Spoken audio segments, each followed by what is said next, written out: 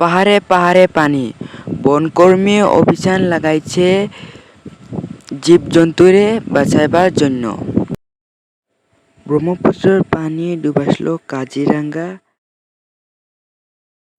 বর্তমানে কাজিরঙা যদি জলমুক্ত, কিন্তু পানির বাড়বাৰ ডৰটা এখনো আছে।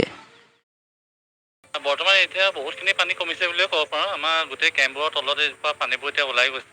এতিয়া নৰ্মেল যিবোৰ ডিউটি এইবোৰ কৰিব পৰা হৈছে আৰু।